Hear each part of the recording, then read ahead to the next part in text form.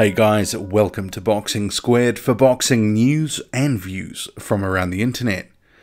Are we about to see the first undisputed fight at heavyweight in 2 decades? That's the question, and the signs are starting to look more promising than they have, with Deontay Wilder responding positively to Joshua's post-fight call-out. And just to recap, the Brit, after he scored a unanimous decision over Joseph Parker, he was asked about Wilder and he responded by saying, "Forget the hype, let's get the business side down. Wilder, let's go baby, let's go." He also vowed to knock Wilder spark out if they do meet. And this was witnessed by tens of millions of fans the world over. And it was clearly news to the Bronze Bomber's ears, posting eagerly to social media, saying, "What a robbery. Wow. At Joe Boxer Parker. Great job, bro. Oh my God. Don't apologize. You did nothing wrong. True champion." At Anthony Joshua. Accepted 100%. P.S. Take Africa off your arm. They are warriors. You from UK, brother. It was also accompanied by this reaction video. Oh my God. Oh my God. Yo, my grandma always told me if I ain't had something nice to say then, baby, don't say nothing at all. That's all I'm going to say, man. It's out. The baddest man in the world. The baddest man on the planet. And that's facts. Where my bomb squad people at? And we out. And Wilder, he has also followed up with another post mocking Eddie Hearn, who is Anthony Joshua's promoter.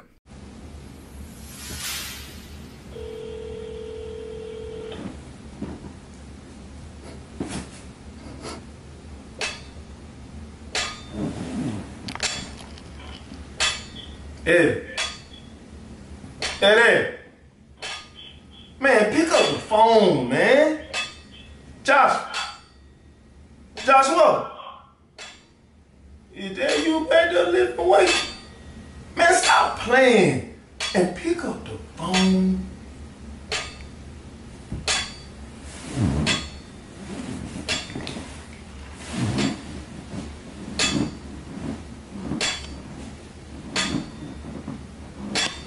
All jokes aside, you can take from Wilder's reaction, he's game. He wants that fight.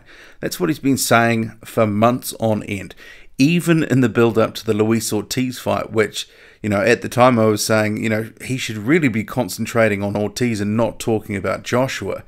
But he was constantly talking about Anthony Joshua and how Joshua didn't want that work. So, he does want this unification or undisputed fight. And Joshua, he's called for it. So they need to get a deal done. And it is one thing saying, yep, you want that work, but they've got to get the deal done now. And that's on both sides. They need to get around a table. They need to hammer out a deal they can all live with. I mean, sure, Joshua has 3 belts, but he can't become undisputed without Wilder. And Wilder's commercial value, it's seemingly risen after his knockout performance against Luis Ortiz in early March. So they just can't afford to lowball him. They've got to put a fair offer to Deontay Wilder if they want this thing to work. And the thing is, there is now the window to do it. If they don't seek to hold this undisputed clash in the next several months, mandatory challenges will be called, and it's going to become an issue. Joshua will have the WBA mandatory challenger called sooner rather than later. And let's face it, the IBF, which is strict with their mandatories, they won't be far behind either. In Wilder, he also has a window right now before his WBC mandatory is called. And that will likely be in a number of months. But the time for an undisputed clash is now, because that mandatory challenger is going to be probably Dillian Whyte, who Wilder has stated he doesn't want to fight, and he could make him wait. And Whyte, he has continued to needle Wilder for his Cardiff no-show. Check this out.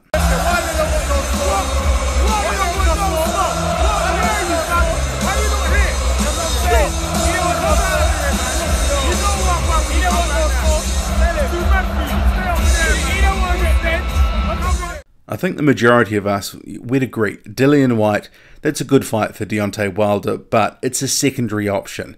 We want this Anthony Joshua-Deontay Wilder undisputed clash.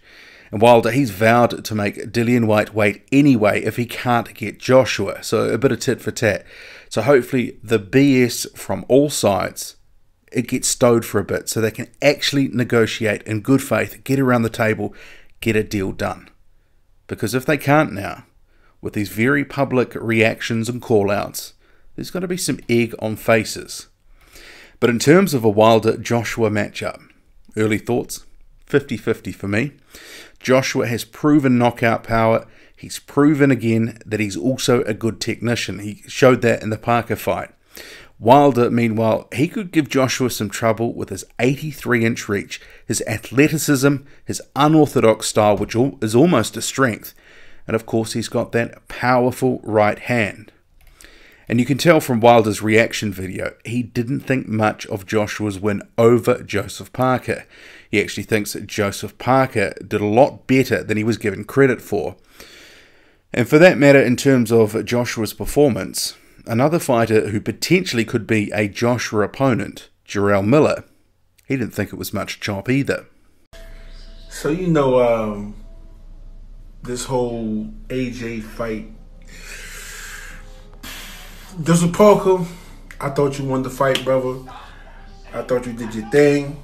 I had it 8 rounds to 4. But I did predict that if it went decision and you were winning, they wasn't going to give you that, man. But the referees? What kind of check y'all be getting?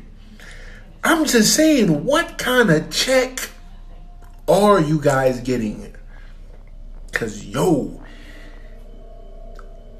I don't know what to say. But Eddie Hearn was talking on that jump. So let's see if he's going to bring him to New York so I could bust that behind. Summertime, Brooklyn, Big Baby versus Anthony G-String Joshua. Let's see if he makes it happen. Tell Deontay he's going to have to wait. And Miller, he also falls into that category of a secondary option. And I'm hoping sooner rather than later, a Wilder-Joshua undisputed fight, it gets made. The risk is with all this, if it doesn't, it might be one of the best fights that never gets made. And that would be a shame. So hopefully they can get the deal done because we all want to see it, let's face it. What do you make of it all? Drop a comment loud and often, hit like, hit subscribe, follow me on Twitter, boxing_squared. I'm out.